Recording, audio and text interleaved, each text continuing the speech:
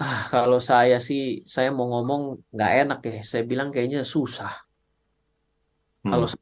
kalau saya mau ngomong ya, karena misalnya ya ketika ditutup paksa gitu ya. Biasanya Ah. kejadian itu yang kejadian kemarin yang ditutup paksa, saham-sahamnya yang ada di dalamnya, produk-produk yang dalamnya itu barang sampah gitu loh.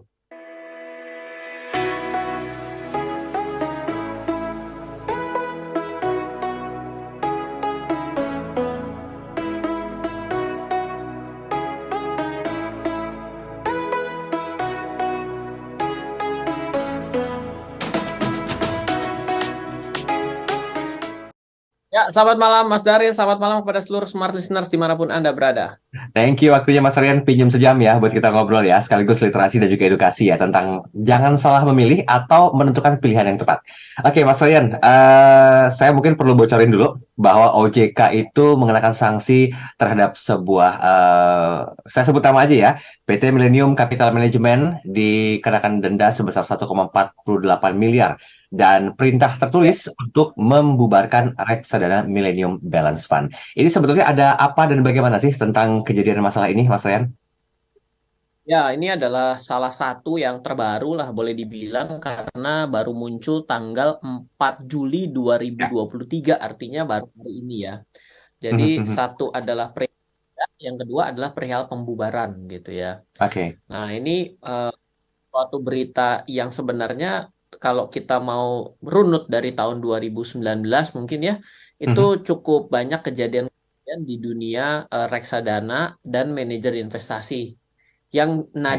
nada-nadanya kurang lebih ini juga gitu ya. Ada yang Mhm. didenda, ada Mhm. yang dipaksa tutup, dipaksa bubar gitu. Nah, Mhm. kenapa bisa seperti ini? Karena tentunya mereka mungkin melanggar suatu aturan yang memang menjadi dasar dari reksadana itu sendiri. Oke. Seperti itu. Ada pelanggaran lah di sana. Nah, Mhm. kalau yang kali ini pelanggaran dari produknya adalah karena ada satu janji-janji. Mhm. Nah, Mhm. reksadana itu kalau misalnya mungkin smart listeners baru tahu ataupun baru belajar, maka reksadana itu adalah suatu produk instrumen investasi yang paling gampang sebenarnya Mhm. karena kita hanya beli lalu produk tersebut, instrumen tersebut dikelola oleh manajer investasi, Mhm. dikelolanya kemana? Kelolanya itu di dua pilihan, satu bisa perginya ke surat hutang, Ya. satu dikelolanya dalam. Kalau dikelola Mhm. dalam saham, artinya manajer investasi milihin saham-sahamnya dengan Oke. tujuan ya saham pilihan itu bagus seperti itu. Sedangkan kalau kita dalam surat utang ya juga sama, Mhm. dipilihkan surat utang yang sesuai dengan judul daripada reksadana tersebut juga gitu. Nah, Mhm. Mhm. nggak boleh menjanjikan suatu keuntungan tertentu karena Mhm. kalau kita bicara mengenai reksadana yang umum, Mhm. reksadana itu tidak bisa dipotongnya di depan. Oke. Sama kayak kita beli sama kayak kita beli emas. Apakah Mhm. bisa sih kita tanya sama orang, kalau saya beli emas sekarang, nanti tahun depan jadi berapa ya? Atau setiap bulan saya terima berapa ya dari return emas saya? Sama Ya, juga ya. dengan saham. Mau beli paling bagus pun nggak bisa tuh kita bisa mendapatkan return yang pasti. Nah, Mhm. biasanya yang kejadian-kejadian seperti pelanggaran tuh salah satunya ternyata ada janji lain di luar produk tersebut. Kamu Oke. beli produk A, saya kasih cashback, saya kasih return fix gitu. Jadi Mhm. Mhm. ada janji-janji lain buat produk itu. Kalau Mhm. yang paling salah itu ada janji langsung di produk. Ini udah pasti sangat melanggar. Tapi kadang-kadang ada yang lebih pintar lagi, produknya mah jalan sendiri, di belakang dikasih tahu Mhm. ada janji-janji lain. Nah, yang ini juga kemarin cukup rame, banyak yang dibubarkan juga, banyak yang diberhentikan. Dan Oke. itu ya akhirnya banyak kejadian-kejadian ya yang di dalam instrumen reksadana itu yang perlu kita ketahui sebenarnya. Oke, Mas, mungkin kita perlu jabarkan secara detail dulu ya. Sebetulnya kalau kita ingin berinvestasi di reksadana, yang perlu diperhatikan tuh apa sih? Karena saya melihat tadi ada sedikit kejanggalan gitu ya. Kalau misalnya ada janji-janji lainnya yang terkesan tuh kok kayaknya hanya si A dan si B aja gitu yang tahu, yang lain tuh nggak tahu gitu. Nah, per definisi apa yang harus jadi sebuah perhatian ketika janji-janji lain ini mungkin harus jadi perhatian atau atensi juga dari para investor di Indonesia? Nggak boleh ada janji justru di sini yang penting Hmm. ya ketika kita berbicara mengenai instrumen investasi reksadana maka ada yang namanya penawaran yang disebut sebagai prospektus. Oke. Nah, prospektus itu sebenarnya buku manual, buku panduan, di mana semua produk reksadana itu pasti ada prospektusnya. Mm, mm, mm. Nah, kita baca semua yang ada di prospektus. Ketika Oke. ada yang dijelaskan dan dijanjikan di luar daripada informasi yang sesuai pada prospektus, itu Mm, sebenarnya sudah jadi pelanggaran. mm, mm, mm, mm. Contoh ya, kalau di prospektus itu ada biaya. Nah, Oke. biaya-biayanya tuh sudah disikan di awal. Ada biaya beli, Mm, misalnya, mm, eh, ada maksimumnya berapa, mm, ada mm, biaya jual, maksimumnya berapa, mm, biaya pengalihan, maksimumnya berapa, mm, mm, biaya manajer investasi, biaya custodian bank, itu udah ada semua. Jadi mm, kalau misalnya ada misalnya ditambahkan satu janji lagi nanti akan mendapatkan fixed return, mm, selama mm, ini adalah reksadana saham, campuran, pendapatan tetap, pasar uang, mm. ini udah pasti melanggar gitu. Oh, Dan oke. apalagi nanti produknya A yang ngejamin 6 orang. Ya, ya, ya, ya. Ya, ini kalau yang kejadian-kejadian ini Paham, paham. biasanya dia yaitu yang jamin direkturnya, yang jamin Mm, mm. pemegang sahamnya. Nah, itu udah aneh tuh. Gitu. Karena itu memang tidak diperbolehkan seperti itu. Oke, jadi sebagai sebuah bentuk pelanggaran yang sudah ditetapkan oleh OJK ya, dan juga otoritas terkait ya. Gampangnya gini, segala sesuatu yang ditawarkan di luar daripada prospektus itu adalah pelanggaran. Oke, baik, baik. Ini mulai Jadi tegas hari ini, sebenarnya saya suka nih. ya, gampang aja gini. Kalau kita udah ada di instrumen yang jelas, maka Ah, yang semua yang adalah di yang luar yang dari memang itu. udah diakui. Mhm. Di luar dari itu namanya pelanggaran. Gampang saja kalau kita berbicara seperti reksadana, ya cuma yang ada di prospektus. Jadi yang ada di mulut marketingnya ya jelas itu sudah langgar aja kalau sampai nggak sesuai prospektus. Walaupun kadang-kadang itu sebagai sebuah bentuk promosi dan juga ketertarikan ya untuk para investor lainnya. Oke, kita break sebentar ya Mas Ryan ya. Nanti kita sambung lagi di sesi berikutnya, yaitu reksadana didenda. Nah, ini bukan memberikan satu angin yang menakutkan ya, tapi waspada itu perlu gitu loh. Karena banyak hal-hal lain yang di luar dari prospektus yang kerap kali sebagai lip service yang dilakukan dan itu memberikan janji-janji lain. Tadi saya sempat klarifikasi, ini pengertian janji-janji lain itu seperti apa gitu loh. Mas Ryan sudah menjabarkan. Nah, ini mungkin berhubungan pula dengan ketergantungan dari reksadana Anda. Aman apa enggak sih? Oke, Mas, kalau tadi pertama, selain dari yang di luar prospektus dianggap cukup mengkhawatirkan, apakah mungkin selama ini edukasi dan juga literasi yang berhubungan dengan prospektus itu dirasa kurang, sehingga perlu ada lip service yang diberikan gitu loh untuk saya nggak tahu apakah menarik minat dari investor lain untuk bisa bergabung dengan reksadana itu atau bagaimana sebetulnya misinya, Mas? Ya ini kembali lagi selalu kembali ke statement dasar bahwa memang ini masalahnya selalu diakibatkan karena ya masalah marketing ya, masalah Mm-mm. pemasaran. Kita tahu lah bahwa bisnis apapun, produk apapun bagus ya kan, tapi kadang-kadang ya dijual juga nggak gampang akibat persaingan, lalu juga dari mindset orang sendiri. Orang itu kalau di Indonesia masih pemikiran itu selalu berbicara mengenai ingin yang aman, resikonya nggak ada, tapi untungnya gede, dijamin. Iya, iya, iya. Kayak gini itu akhirnya membuat produk yang ditawarkan dengan cara yang benar kadang-kadang jadi nggak laku. Karena Ah, nggak jadi nggak laku, berarti kan bisa jadi perusahaannya nggak bertahan. Ya, mm-mm, ketika yang namanya lapar, mulai deh terjadi suatu ide-ide kreatif untuk membuat ini menjadi nyerempet-nyerempet antara benar dan nggak benar. mm-mm, mm. Lah ya akhirnya ya jadi nggak benar gitu loh. Tapi laku gitu. Ini jadi masalahnya ya masalah semua pihak gitu ya. Masalah Ya, dari ya. si manajer investasi sendiri ya yang mencari Ah, celah bagaimana cara untuk laku. Ya kedua ya salah kita-kita semua ini loh yang memang ya membuat yang mau jualan juga jadi berusaha untuk memenuhi kebutuhan kita yang memang tidak masuk akal itu. Gitu oke. loh. Kita harus sadar menjadi seorang investor bahwa ketika ada nggak bisa yang namanya kita dijanjikan keuntungan, mau beli saham tapi ingin dapat keuntungan return yang pasti itu nggak bisa. Mhm, Kalau surat hutang kan pasti juga nggak juga gitu. Karena apa? Karena kalau yang namanya surat hutang sendiri kan sebenarnya kalau tidak di hold atau disimpan sampai dengan akhir periode, mhm, sebenarnya kan juga bisa aja terjadi penurunan nilai dan juga bisa aja terjadi gagal bayar gitu loh. mhm. Jadi hal-hal seperti ini risiko gitu yang memang Ya. harus kita hadapi gitu. Jadi Mhm. kalau kita mau aman, sepertinya ya kayak tadi bicara apakah edukasi mengenai prospektus itu kurang. Pertama, Mhm. siapa sih baca prospektus? Nggak semua orang. Mhm. Terus kenapa nggak dibaca? Ya karena memang masyarakat kita dan kita itu memang punya punya kecenderungan untuk sok tahu. Loh Ah. kok bisa bicara sok tahu Ryan? Loh ya gini gampang. Ada jangankan kita beli produk investasi ya, instrumen investasi. Ada nggak orang yang beli handphone sebelum Mhm. dia nyalain tombol on-nya, dia baca dulu buku manualnya. Nggak ada. Nggak semua orang loh.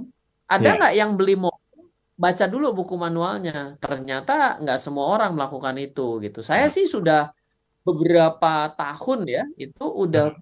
memaksakan melakukan itu. Karena saya sadar kalau saya nggak melakukan itu, sebenarnya saya nggak ya sama jeleknya lah sama orang-orang yang banyak nanya tapi sedikit membaca gitu loh. Mhm. Mhm. Paham, paham, paham. Oke, Mas, ini menjaminkan nggak sih sebenarnya reksadana itu akan aman-aman aja, Mas, berkaca dari kasus yang barusan terjadi ini, Mas? Ya, maksud dari aman itu apa? Uang dibolari Aha. atau eh, uang dibolari atau terjadi kerugian akibat penurunan nilai.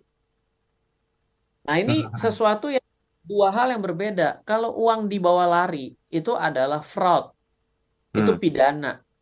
Ya, mestinya sih di situ sudah dijaga dengan sebagaimana mungkin ya, dengan Ya. adanya bank kastri, dengan adanya pengawasan regulator, Mhm. dengan adanya pihak yang memang kalau mengelola dana masyarakat dengan manajer investasi harus ada sertifikasinya, rekam Mhm. jejak, mestinya itu sudah bisa untuk tidak dibuat yang namanya dana dibolari. Nah, Oke. tapi kalau mau tidak rugi itu nggak bisa gitu. Kenapa? Karena Hmm. investment itu bisa untung bisa rugi Ya. gitu. Jadi orang itu di di dalam ya ini sih kenapa ya saya bukannya jadi kayak menyalahkan investor di sini ya, tapi saya Mhm. begini. Repotnya masyarakat kita tuh bisa sampai begini loh statementnya. Saya mah nggak peduli dikelola kayak apa. Ya. Kalau yang namanya untung baru benar. Kalau rugi Ya. itu salah. Iya, iya. Dia nggak mau tahu ya mau ilegal, legal, bener nggak bener mana urus. Yang penting untung berarti bener buat saya. Tapi kalau rugi mau caranya bener diatur negara di ini itu salah gitu. Nah Mhm. kalau cuma pakai itu hukumnya inilah yang membuat malah banyak terjadinya iya penawaran-penawaran barang ilegal. Oke, oke. Jadi gimana, Mas, agar kita tidak bisa menyamaratakan kejadian kasus ini dengan para reksadana yang lainnya, Mas?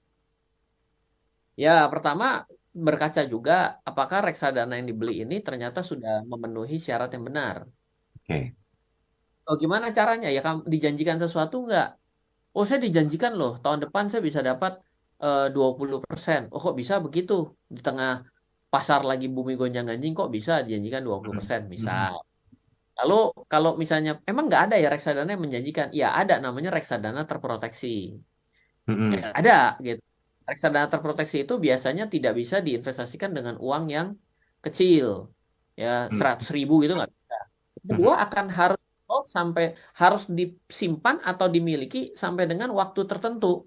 Kalau tidak Ya, kena penalti. Jadi seperti orang deposito berjangka benar-benar ada jangka waktunya gitu loh. ya, ya, ya. Tapi kalau sampai dijamin untuk tidak rugi, ada kejadian yang waktu itu heboh juga sampai Mhm. ditutup itu reksadananya tidak bisa rugi gitu. Jadi kalau Hmm. misalnya harga pasar itu 1.000, Ya, ternyata dia turun 800, 200-nya dikembalikan. Jadi dijamin tidak rugi gitu loh. oke. Di belakang gitu dengan janji pihak lain yang membackup. Nah, ini kan aneh sekali gitu ya. Kita Aha. kontrak kita kontrak sama Smart FM. Tapi ternyata ada janji lain yang dilakukan antara Mas Daril kepada Ryan. Loh, Ya, kan kita jadi bingung loh kok Smart FM tapi Mas Darilnya gitu ya. Loh, tapi kan Mas Daril ada di Smart FM. Lah kan jadi cocokologi itu, ya, ya. mencocok-cocokkan sesuatu sebenarnya nggak serta-merta punya kapabilitas untuk menjanjikan hal tersebut. Oke, paham, paham. Baik, baik, baik. Mas, saya coba lihat di YouTube sudah ada Pak Alpin di Pekanbaru. Boleh kita sikapi sedikit ya pertanyaan Pak Alpin ya, Mas Rian ya. Boleh. eh Seandainya reksadana kita ditipu atau ada pelanggaran dari reksadana saham, apa tuh melaporkan kriminal kejahatan ini kemana, Mas? Apakah uang saham Tipu yang ya. kita simpan di reksadana saham itu bisa kembali dengan penuh lagi yang kita modal sahamkan atau bagaimana? Ya, ini dia masalahnya ya. Sayangnya saya mau ngomong langsung yang saklek dan kasar ya. Ya, Sayangnya sampai hari ini saya belum menemukan loh kejahatan investasi itu uangnya kembali kepada investor loh. oke. Secara rekam jejak apapun gitu. Ya, Mm-mm, ini ya sadly but truth lah. Artinya satu, kalau ditipu harusnya kan yang menipu harusnya bisa mengembalikan. mm-mm, mm-mm, Ya, tapi ya apakah punya kemampuan untuk mengembalikan? mm-mm, Ya, akhirnya ya kita selesai dengan konsep pidana gitu ya. mm-mm, Ya, tapi misalnya ternyata ada apalagi ada kerugian akibat penurunan nilai. Wah, ini dia jelas, ini pasar gitu. mm-mm, mm-mm. Makanya beberapa waktu yang lalu kan kita sempat bingung ya. Ada Ya, kasus gitu, orang ditangkap, mm-mm, tapi ada hubungan dengan lembaga-lembaga negara atau apa gitu, mau minta ganti rugi karena penurunan harga saham. Lah mm-mm. kan kita kita juga jadi bingung kalau dia dikasih penurunan harga saham diganti, saya juga mau, saya juga punya saham rugi itu. Saya mau komplain, ini saham saya kenapa turun itu? Ya, ya, ya, ya. Sama beli emas tapi nggak boleh turun harganya. Kalau turun boleh minta ganti. Saya pengen cari tempatnya di mana gitu kan. Ah, Dan ini sayangnya adalah yang memiliki level yang cukup harusnya punya kedewasaan berpikir dengan level tertentu. Ternyata cara berpikirnya kayak gitu. Bukankah menjadi contoh yang buruk ya untuk mendewasakan konsep pemikiran investasi di masyarakat kita mm-mm, mm-mm. gitu loh. Ternyata kalau yang punya punya kepemimpinan bagus aja ternyata sebegitu cara berpikirnya lah apa kabar orang-orang biasa lebih hancur lagi kan. Ya, ya. Kasarnya kan kenapa saya malam ini kok kayaknya agak geram ya? Jadi gimana nih? Dari pertama kali open cam juga kelihatan sih ya sebenarnya. Oke, Mas, ini ada sebentar. Tadi saya lihat ada Bimo mana ya? Oh, nih Pak Bimo bilang begini katanya. Malam Mas Rian dan juga Mas Daril, sebenarnya ini OJK kecolongan kah? Atau ada indikasi lain sebagai sebuah bentuk kerjasama yang sepertinya mengancam keberadaan dari para investor? OJK kecolongan, ya saya mau bilang kecolongan ya bisa jadi. Kenapa? Karena produk reksadana setahu saya itu ada ribuan di Indonesia. Manajer investasinya ada puluhan, ya kan. Nah, kadang-kadang ya begitu saya bilang ya, sebuah produk nggak benar, kadang-kadang investor-investor pada tutup mata selama bayar. Nggak pernah tuh lapor Oke. masalah ini produk ditawarkan dengan cara yang nggak benar. Ya, ya, ya. Begitu gagal bayar, begitu nggak bayar, baru lapor. Harusnya pertama kali penawaran nggak benar dan nggak sesuai, langsung lapor. Tapi Oke. beda itu masalahnya di sini. Selama bayar, gue banget ini benar. Walaupun udah tahu bahwa ini ditawarkan dengan cara yang nggak benar, saya tuh tahu banget kejadian itu. Saya melihat itu di depan mata kepala saya di tahun-tahun lalu itu begitu gitu loh. Loh kok investasi lo yang bayar ya? Loh kalau bayar berarti ya berarti benar. Waduh, saya bilang gimana gitu kan ketika tidak ada satu pelaporan waktu dituduh repot loh gitu. Ya, Kan iya sepakat. kan jadi gimana ya kalau kita misalnya nggak ada apa-apa Mas Dara terus saya tuduh gitu loh. Lah terus nggak ada yang nggak baik-baik aja, baik-baik aja, baik-baik aja. Terus gimana? Kan nggak bisa diselesaikan. Akhirnya malah jadi bumerang yang nuduh kan. Ya. Iya, kalau hukumnya cuma sampai selama bayar apapun mana urus yang penting Aman. itu berarti benar ya susah. Oke, kayaknya makin panas nih, makin geram nih hari ini suasananya. Minum dulu Mas, break sebentar ya. Nanti kita sambung lagi di sesi berikutnya yang masih berhubungan dengan sebuah edukasi dan literasi yang perlu disampaikan. Karena memang banyak kejadian-kejadian yang tidak disangka-sangka akan terjadi, tapi yang terjadi juga gitu loh. Makanya waspada itu perlu ya. Mas, sebelum kita bahas ke pembahasan berikutnya, ini ada banyak pertanyaan yang masuk. Boleh kita cicil satu-satu ya Mas ya? Boleh. Ini dari Pak Jainur di Palembang. Ya. Pak Ryan, dalam reksadana saham, dari mana kita tahu manajer investasi tidak membeli saham-saham gorengan? Dan Oh, satu lagi nih, apa kriteria dari orang-orang yang ada di manajer investasi dalam reksadana saham? Karena di prospektus kita kan nggak melihat apa aja pengalaman atau pendidikan mereka tentang saham. oh, bagus. Pertanyaannya detail ya. Oke, jadi yang pertama, setiap bulan Hmm, itu ada yang namanya fun fact sheet ya. Fun fact Oke. sheet itu adalah snapshot mengenai kinerja 1 bulan yang dibuat dari produk yang dimaksud yang dirilis oleh manajer investasi. Nah, Mhm. itu baca sebenarnya portofolio mereka secara top 10. Oke. Nah, ini juga tips ya. Kalau di sana tidak ditulis eh, top 10 portofolio or top 5 portofolio, Mhm. itu boleh ditanyakan kepada eh, kepada pihak pengelola reksadana atau manajer investasinya. Karena Mhm. jadi eh, common ya dibilang common ya enggak ya. Ada indikasi yang kayaknya disembunyikan. Ya. Jadi Ryan maksudnya gimana gini? Biasanya reksadana itu karena kelolaannya besar, miliaran bahkan bisa triliun. Kalau misalnya dikelolanya itu kan ada aturan ya reksadana saham harus 80% ada di saham. Nah, dalam setiap kepemilikan sahamnya itu juga diatur. Mhm. Tidak bisa misalnya 25% ada Pak. Itu kan akan sangat sulit untuk ditempatkan di saham-saham yang kecil. Mhm. Ya, Kalau ya. nanti ditempatkan pada saham-saham yang kecil, ada indikasi bahwa saham-saham tersebut tidak begitu liquid ataupun bisa saja gampang goyang harganya. Nah, gampang goyang nanti dianggap juga bisa menggoreng kan begitu. Itu kalau kita Mhm. ngomongnya ini banget ya, sangat awam banget gitu ya. Ya, ya. Ketika itu nanti ditulisnya bukan top 10 atau top 5, itu jadi pertanyaan karena top 5-nya biasanya saham-sahamnya itu pasti saham-saham yang 10-15 besar market cap dan liquid di Indonesia. Hmm. Mhm. Ada yang kasus gitu ya. Saya lihat fact sheet-nya pun aneh. Ditulisnya gini, holding portfolio. Mhm. Kata-kata top 5 dan holding portfolio. Kalau holding portfolio walaupun saya punya 1 lembar, Mhm. bisa dibilang itu saya pegang. Oke. Masih kerasa bedanya ya. Ya, ya, ya. Kalau dia bilangnya tidak state bahwa dia punya saham-saham kelolaan besarnya itu apa, itu menjadi pertanyaan sebenarnya. Itu ada indikasi dia menyembunyikan sesuatu yang bahaya di situ. Nah, lalu kalau kita bicara mengenai kompetensi daripada fund manager, sebenarnya ya satu dia pasti punya wakil manajer investasi ya di dalam perusahaan Mhm. tersebut ya. Mhm. Biasanya itu ada namanya gathering, lalu ada yang namanya pembuatan seperti brief-brief daripada manajer investasi. Nah, Mhm. biasanya si MI-nya ini yang memang analisnya itu tampil di depan. Ya, Mhm. nah kita bisa cross check di situ. Karena kalau misalnya ditampilkan profile, sebenarnya prospektus tidak menampilkan profile, tapi adalah produk gitu loh. Dan bisa saja analis kan bisa ganti dong dari satu dan Ya, ke. ya, ya. Nah, itu boleh ditanyakan misalnya pada acara market outlook mereka, ada corporate atau misalnya ada product gathering mereka, ada product knowledge mereka. Itu mereka biasanya analisnya bisa hadir. Ataupun ditanyakan, ataupun datang ke kantornya. Mhm. Mhm. Oh, bisa ya?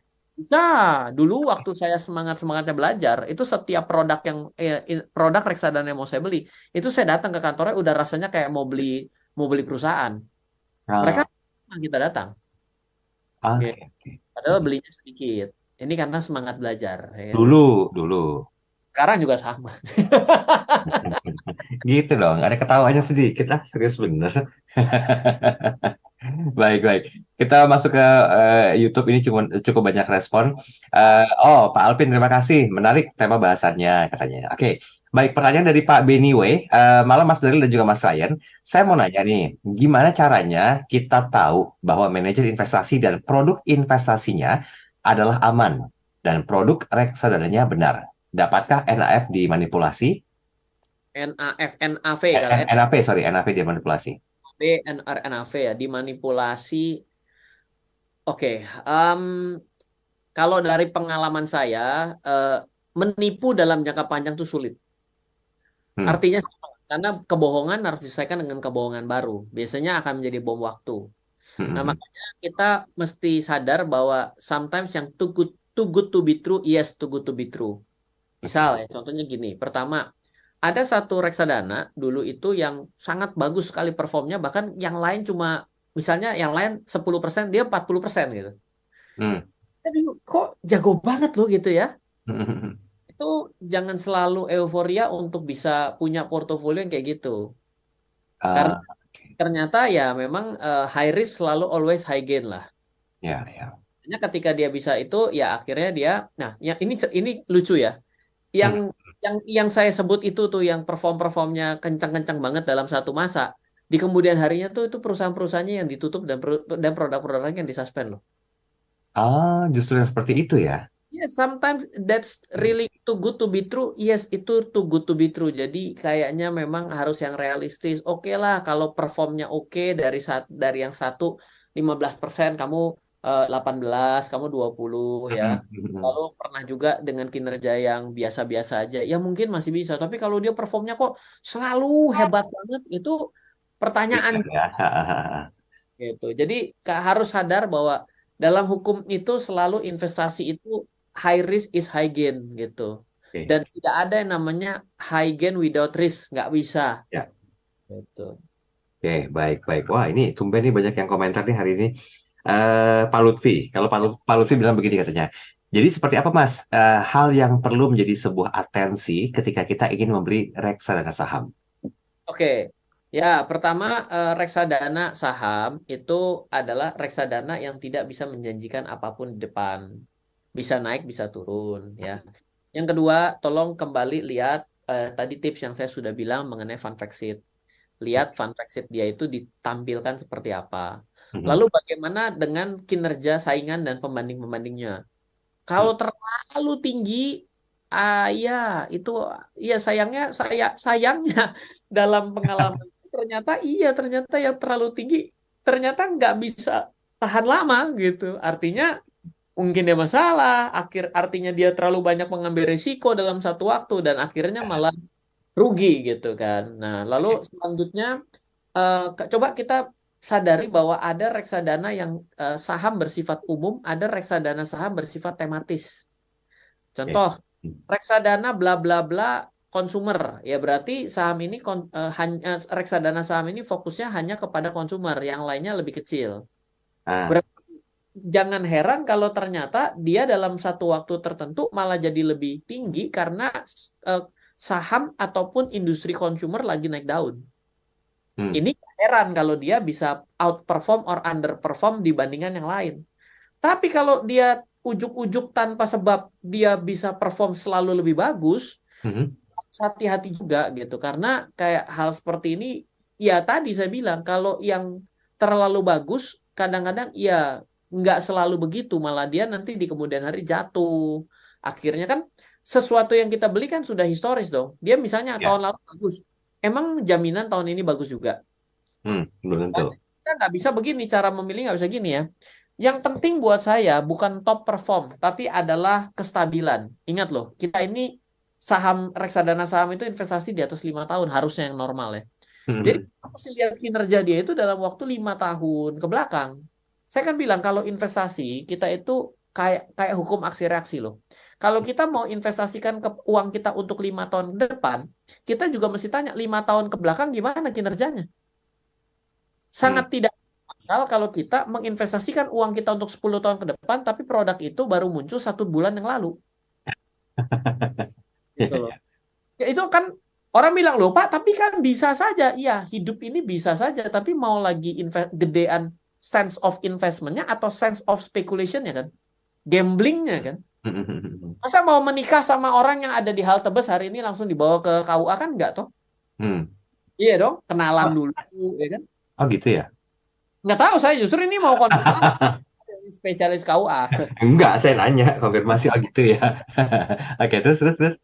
Ya, investasi itu harus kita lihat adalah gimana stabilnya gitu. Stabil yang pernah dilakukan si produk ini dalam jangka waktu berapa? Saya mempercayakan uang saya untuk saya investasikan 5 tahun ke depan kepada produk yang 5 tahun lalu sudah ada itu sebenarnya lebih lebih memiliki alasan yang jelas dibandingkan kita cuma dia bagus tuh tahun lalu produk baru langsung ngebut.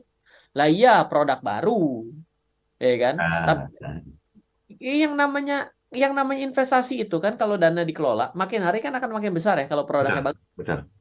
Jangan lupa loh, manajer investasi yang jago ngelola duit kecil dikasih duit besar belum tuh bisa. Ah, oke, Loh, oke. kok logika dari mana itu? Gini gampang saya tanya ya. Orang biasa nyetir mobil kecil, saya pakai mobil city car. Tiba-tiba saya suruh nyetir bus bisa nggak? Belum tentu bisa. Bukan belum tentu. Nengok Udah belakang pasti nggak bisa. orang Oh belakang. gitu. Kalau kayak kita mobil kecil tuh kita lihat belakang itu gampang. Lo lihat bus belakangnya nggak kelihatan, bos. Iya, iya, iya. Nah, jadi memang beda karena seiring dengan waktu dana kelolanya membesar, itu punya risiko baru. Mereka bisa mengelola dana besar itu. Ada risiko itu juga loh harus kita Ya, ya. pertimbangkan. Ya, susah-susah gampang juga ya sebenarnya untuk memahami hal ini ya. Tapi ya, ya itu yang terjadi gitu ya Mas Ryan ya. Sehingga kalau Ya, terjadi sebuah penipuan dan permasalahan ya hubungannya dengan pidana. oke, tunggu dulu. Kalau dibilang susah, produk reksadana itu adalah untuk orang awam. Oke. Jadi kalau dibilang susah berarti ini nggak cocok. Tapi gini loh, yang jelas kita tuh jangan melakukan sesuatu yang Mhm. memang terlalu menjanjikan sesuatu. Ada yang menjanjikan itu udah pasti salah. Tidak sesuai dengan Oke. penawaran juga jadi itu salah. Yang kedua itu kan sebenarnya nggak susah. Kita bilang gini ya, saya mau beli produk untuk investasi 5 tahun. Ya udah, saya mau cari produk yang sudah ada 5 tahun yang lalu deh. Aha, aha. Nggak terlalu susah gitu. Dan itu biasanya sudah dikurasi oleh tempat pembelian reksadana itu sudah dikurasi. Misalnya lewat, Oh, oke. Ya, kita ya. kan bisa beli reksadana lewat bank. Mhm, mhm, Misal lewat bank atau lewat aplikasi, mereka juga jaga nama dong, mhm. ya dong, untuk mereka mengkurasi bahwa ini adalah produk yang benar gitu loh. Semakin banyak produk-produk nama reksadana itu ada di banyak tempat, maka secara tidak langsung itu sudah dikurasi oleh banyak pihak. Oke, baik. Tahan dulu, Gitu. tanggung nih waktunya untuk break. Ya, Nanti siap. kita kembali lagi di sesi terakhir, udah mulai agak soft nih intonasinya nih, enak nih. Dibanding sesi pertama dan juga kedua. Tentang tema besar kita, ada reksadana yang didenda. Apakah reksadana saya aman? Nah, itu sebuah pertanyaan yang belum juga terjawab. Kita akan memberikan jawabannya karena pasti ada ciri-ciri di mana reksadana kita itu bisa aman. Ini sekaligus menjawab pertanyaan dari Ibu Endah. Dari apa yang disampaikan oleh Mas Ryan dan juga judulnya malam hari ini, saya jadi agak-agak sedikit mikir nih, Mas. Selama ini saya menjalani investasi di bidang properti dan juga emas. Belum berani menyentuh ke reksadana atau instrumen-instrumen yang lainnya. Apakah ada panduan yang bisa disampaikan untuk bisa lebih mengenal? Karena biasanya orang tuh akan sayang setelah mengenal dan akan kecewa setelah dikecewakan. Filosofis nih bahasanya nih. Baik, yang pertama ya, sebenarnya investasi reksadana itu adalah investasi yang mudah. Makin hari makin terjangkau ya. Kalau dulu beli sulit ya karena nilainya besar. Mungkin dulu saya pertama kali buka rekening reksadana untuk bisa investasi reksadana itu 25 juta. Gitu. Mhm. 40 juta karena investment account yang 25 juta itu pembukaan rekening saham saya pertama kali. Itu di Oke. tempat. Nah, kalau misalnya kita mau belajar hari ini sebenarnya ada sangat banyak caranya ya. Misalnya Mhm. Pak YouTube tapi ya siapa yang mau ditanya orangnya semuanya ini sekarang beda ya. Kalau dulu informasinya sedikit ya hari Mhm. informasi banyak yang dipercaya yang mana kan begitu ya. Ya, kita dengan di Smart FM juga sudah bagus semua ya, materi-materinya oke. Kalau misalnya mau baca buku, saya punya buku mengenai reksadana ada dua. Buku yang pertama adalah buku Menjadi Kaya dan Terencana dengan Reksadana warnanya kuning. Yang kedua adalah buku Menjadi Tambah Kaya dan Terencana dengan Reksadana. Nah, di situ kita memberikan edukasi, memberikan informasi bagaimana caranya membaca prospektus sebenarnya. Ah, oke. Kita nggak mungkin kalau kita orang awam suruh baca tebal begini pasti pingsan. Tapi di tebal ini pasti ada hal yang penting untuk kita ketahui Ya, untuk pertama kali, benar nggak? ya, ya. Nah, itu kita coba lah. Oh ya, ada yang namanya fee, biaya apa. Lalu abis ini karakteristiknya apa. Lain Mhm. daripada itu adalah bukan hanya karakteristik terhadap produk, tapi adalah cocokkah produk itu untuk saya. Mhm. Resiko itu juga bisa terjadi karena kita salah pilih produk. Loh, kok bisa begitu, Ryan? Contoh, saya kepingin investasi jangka panjang. Ya, Mhm. saya pilihnya reksadana yang sangat aman. Sebenarnya akan ada risiko yang muncul di sana, yaitu apa? Investasi saya tidak berkembang sesuai dengan saya harapkan. Atau dibalik, saya investasi ingin jangka pendek, tapi saya mencari investasi yang lebih memiliki risiko tinggi seperti reksadana saham. Mhm. Alhasil adalah ketika saya mau jual dalam jangka pendek, lagi turun. Mhm. Akhirnya membuat saya kecewa berinvestasi. Gitu. Jadi ada risiko yang datang dari kesalahan kita dalam memilih waktunya dan produk. Ada Mhm. orang yang seperti tadi tuh produknya nakal. Mhm. Jadi kalau kita merasa takut sebenarnya ya pertama bisa lewat aplikasi-aplikasi yang hari ini ada. Karena itu Mhm. menjadi double layer. Ya, ya. Kalau ditawarkan langsung dari manajer investasi, mungkin dia menggunakan marketingnya, tapi kalau dia menggunakan layer kedua, yaitu adalah tempat-tempat pembelian reksadana online yang ada, itu sudah di layer oleh mereka, bahwa mereka akan berusaha untuk mengkurasi yang memiliki kriteria yang cukup ya tidak membuat mereka jadi kenapa-napa juga kan. Karena kan Iya, kalau ada satu produk yang dibeli dari tempat dia tiba-tiba juga bermasalah, kan juga iya, jadi imbas repot. gitu. Oke, baik, baik, baik. Ini, oh, Ibu Endah menanyakan lagi katanya. Jadi gimana Mas? Bagaimana caranya untuk bisa memulai instrumen investasi reksadana saham ini? Ya, ada beberapa cara. Yang pertama, pergi ke banknya deh. Hari ini bank itu sudah bisa membeli reksadana secara langsung melalui internet banking dan mobile banking. Tapi Oke. belum semua ya. Itu Ah, lebih ini ya, bank kan pasti lebih rigid lah untuk pilih-pilih produk. Mereka kan juga nggak mau tiba-tiba dibeli melalui internet banking dia, ada di dalam aplikasi dia, nggak taunya bermasalah. Mereka kan juga mikir 10 kali tuh. hmm, hmm, Lalu yang kedua ya bisa menggunakan aplikasi-aplikasi online pembelian reksadana.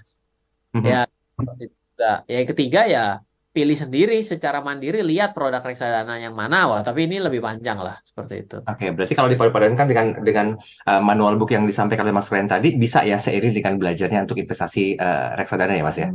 Bisa. Sebenarnya reksadana itu kan beda sama beli properti. Orang kalau beli properti Hmm, salah belokannya repot itu. Kenapa? Satu properti mana ada harga yang 10 juta. ya. Properti ya ada berapa yang 100 juta, 150 juta. Begitu kita salah dalam membeli, kita juga salah susah untuk menjual tuh.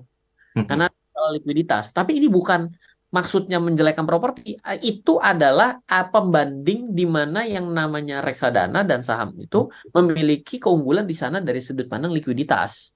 Oke. Gitu. Tapi ada hal lain yang positif dari properti yang memang tidak ada di reksadana.